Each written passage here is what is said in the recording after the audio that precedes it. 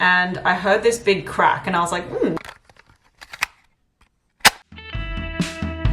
This week's video is going to be more of a Q&A style in celebration of hitting 1,000 subscribers. Oh my gosh, I can't even begin to fathom that 1,000 people decided that they would willingly continue to watch my videos. It really means so much to me, and I just wanted to say a really giant thank you for all of your support and your really wonderful comments. Let's get right into the questions. What made you start making videos, and when and why did you start making YouTube videos? The first video that I ever published was on the 26th of July 2020. If you're interested, that video has nothing to do with climbing. It actually was a vlog of me going off to my first skiing experience ever. So check it out if you're curious. What made me start making YouTube videos, and why did I start making them? Well, a few things kind of were brewing at the same time, which kind of meshed together, and I decided to take the plunge and start. But I can definitely attribute it to the fact that I have always had a pretty deep interest in video editing, and as I was climbing, I was filming myself, trying to film my progress and see where I could improve. I was really inspired by this climbing channel called Jen Sense, and I'm sure you would know her because she is absolutely amazing. And then on top of this, we hit COVID lockdown. With all that extra time and that vested interest, I kind of thought, why not just give it a go? Because there's nothing really I could lose, and I could really enjoy this process. And now we're here. We've hit 1,000 subscribers, so a pretty decent journey so far. I'm definitely really grateful for all the opportunities and so much support from all of you. So thank you so much. What are your goals for this channel? I'm not exactly a very goal-oriented person, but I know that goals are very important as a guide for me and help keep me motivated. I spent a lot of time growing up with some of the YouTube vloggers back in the early day, and it was just great to see some sort of representation that was not in the mainstream media at the time. It's just really nice to see someone who looks like you and maybe thinks like you, making me feel like I am a part of something and that I can relate to someone else. It was a great sense of belonging in one way or another, which I think was a really positive influence. I don't really know whether my channel is doing the same type of thing, but I would really want to move towards that direction and kind of just give another perspective, because I don't really see that many female YouTubers, let alone female Asian YouTubers, other than my friend Amanda. So I think it's a great place to kind of give a little bit of my representation through my own lens. That's kind of the main goal that I want to continue creating for this channel. And obviously everything that comes with me as a person is like how I approach climbing and how I hope to have fun and develop in climbing, but also really own being nice to myself and enjoying it for the sport. The goal here is that I eventually get to share all my experiences with you, and maybe it relates or resonates with you in some way or another, and hopefully motivates you to try different styles of climbing or experiences that I might try that you may want to try eventually. Have you had any climbing related injuries? The short answer is yes, I've had 2 climbing injuries. So the first one is that I fractured my elbow maybe 2 years ago. I landed into a side wall, and then the force of that pushed me onto the mat, but then I landed on my elbow and my ankle, and I heard this big crack and I was like, that doesn't sound good. So it was kind of like, go to the doctor. So that happened, and after a month later of no climbing and just chilling, my elbow healed and I was like, I'm back. And my second injury is something I've sort of mentioned before. It is like this fat finger tendon situation that I have on my right hand. I went and saw the physio about it, and he gave me a warm-up plan to help warm up my fingers, but I need to go back to the physio and kind of figure out where to go from here. But it's not completely debilitating to my climbing, so it's all good. Do I have any climbing goals for 2022? I really want to diversify my skill set in climbing. I think it's also a really good opportunity now that I'm climbing at a higher level than I was before to kind of try things that I don't like.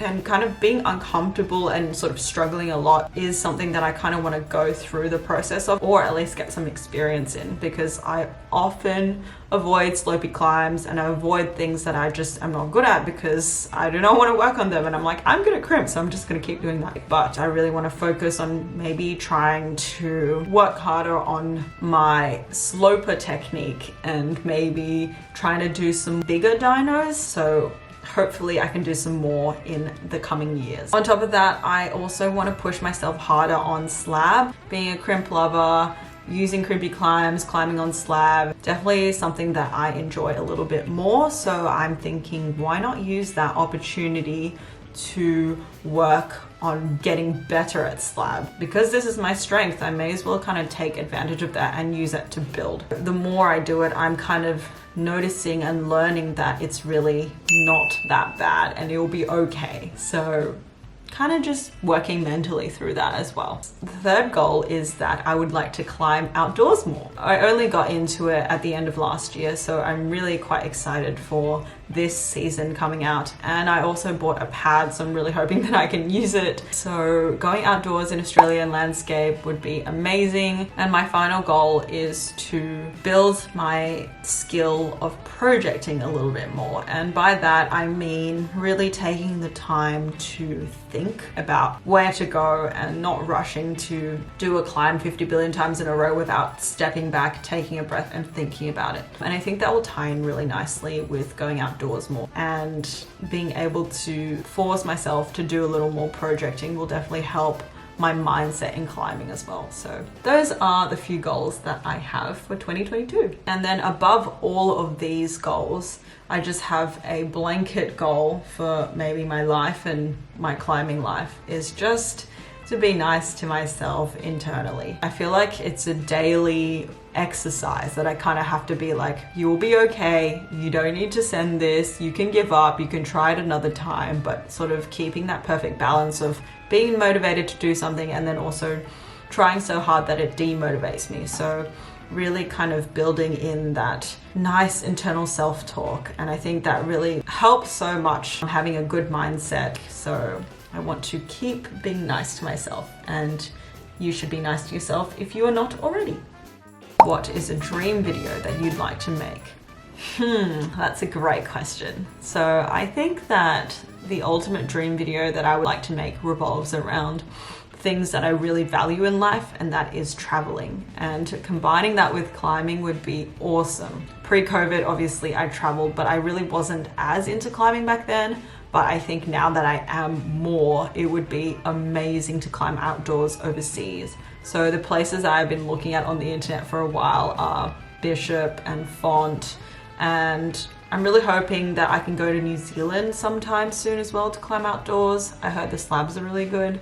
So just going to a different landscape and being able to do something that I enjoy would be just amazing. They would definitely be dream videos of mine to make, and I think it would be great to share that experience with you as well. So hopefully in the future, please give me free flights and we can travel overseas. I'm just kidding.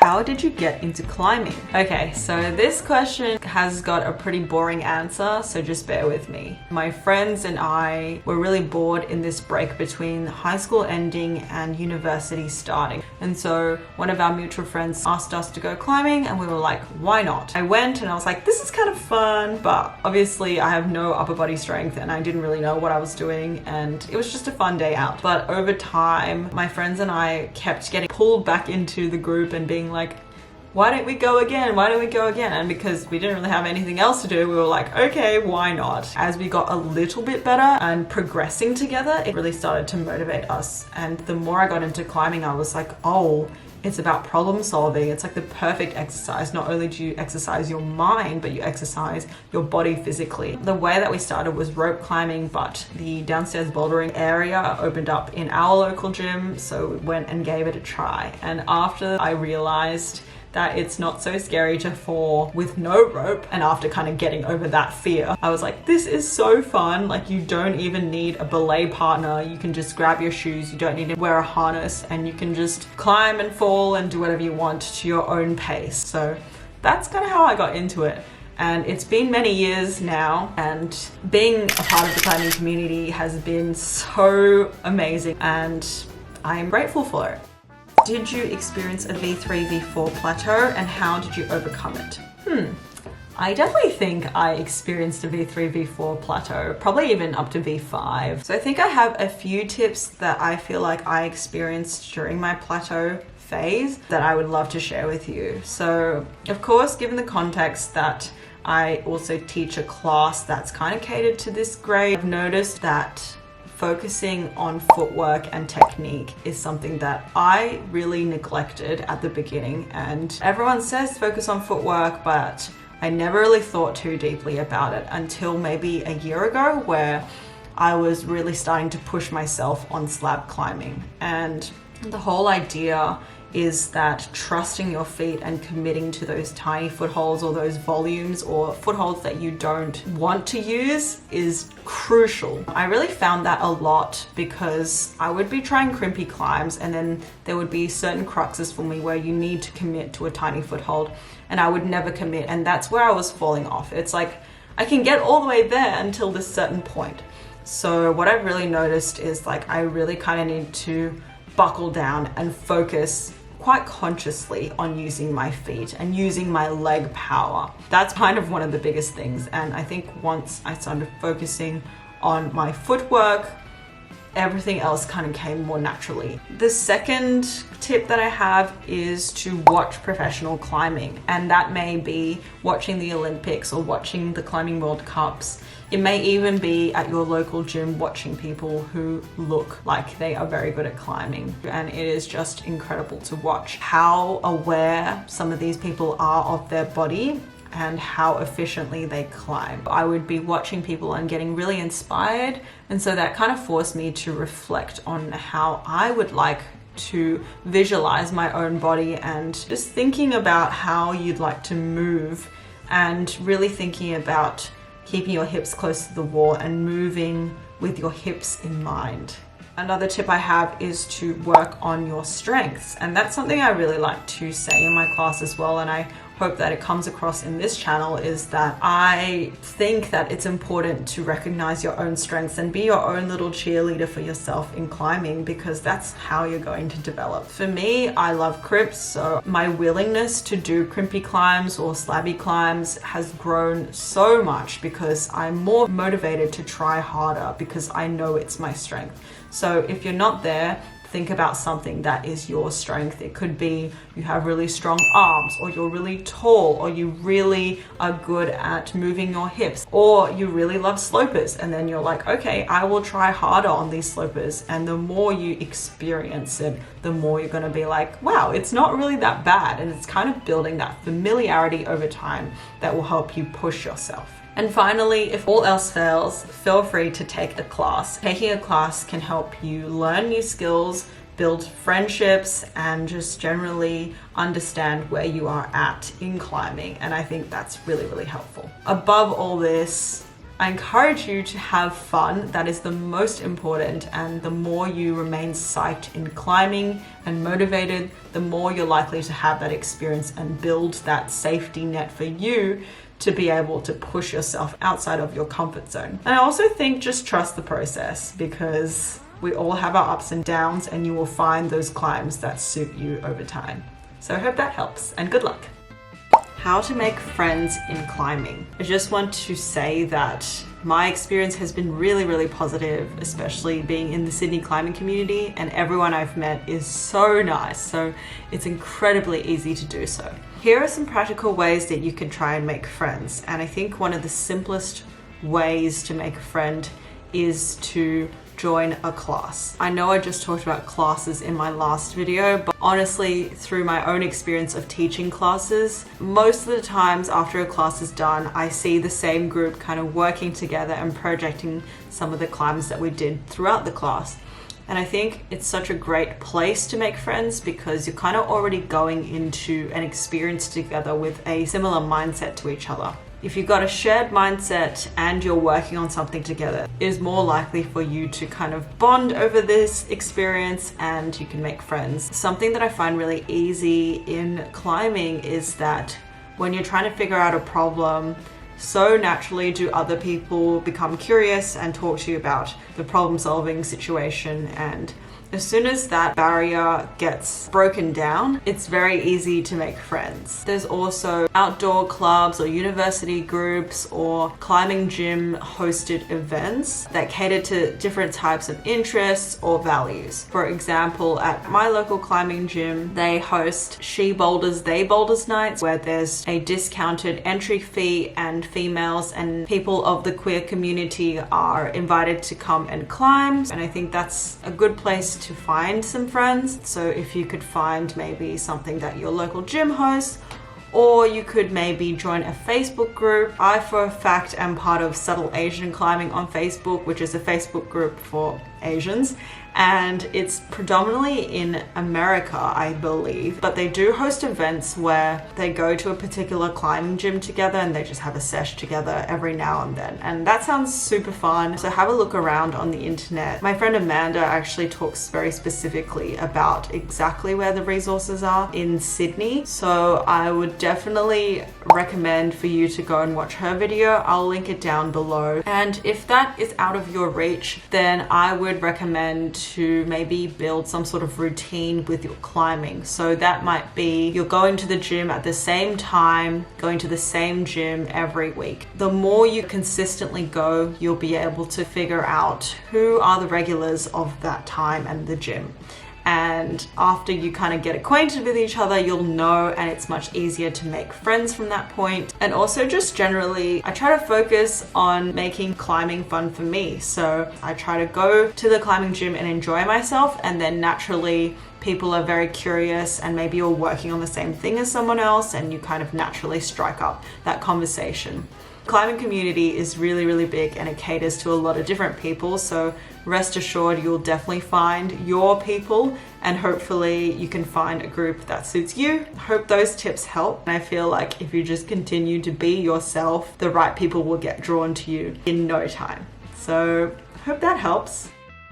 Tips on building confidence in dynos. So I think the biggest thing, and I feel like I've really struggled with, is mindset in dynos. It takes a bit of ramping up to kind of get into the right headspace. And I think it is one of the things that really inhibits some people from committing to dynos. And I think commitment is a big theme in climbing in general, but with dynos, I found that you really need to overcommit.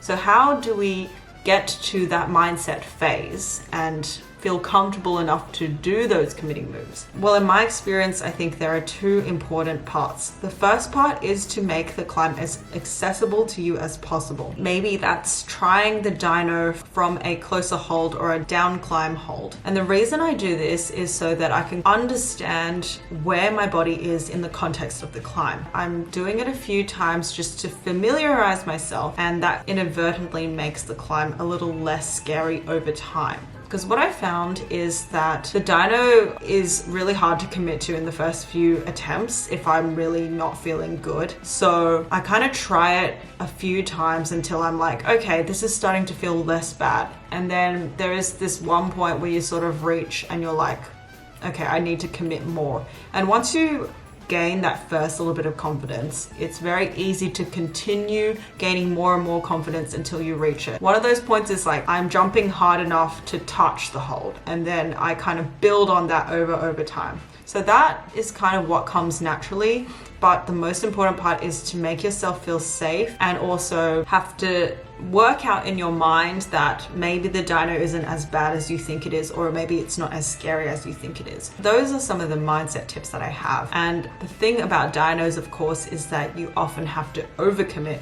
So you kind of need to get your mind to a space where it's like, okay, I'm committing and touching it. Now I'm gonna overcommit and maybe I'll hit it. That can be really tricky in some instances, but I think trust the process and rest assured in time you will get it, and just focus on familiarizing yourself with this kind of movement, because your body will know and learn that as you continue to do it. And honestly, this is something that I've struggled with, but if you try a lot on a dyno and it doesn't go, maybe today is not the day. Maybe it's next session. If not, then maybe it's another type of dyno. There are going to be lots of different dynos in your climbing journey if that's something you choose to commit to. So I just think that it's okay to not send that dyno sometimes, but maybe just trying to continue working on them over time, and you will find the one that works for you. On top of that, something that my friend told me ages ago really stuck with me, and she said, you're probably physically able to do the dyno, so it's more about mindset, which is why I encourage you to make yourself feel safe and feel familiar with the type of commitment, and once you get there, you can work up. So hopefully that was helpful, and that was it. All the questions have been answered. Thank you for hanging out with me during this time, and I hope you got to know me a little bit better. Anyways, I hope you enjoyed, and I hope you have a wonderful day. I will see you in the future. Bye.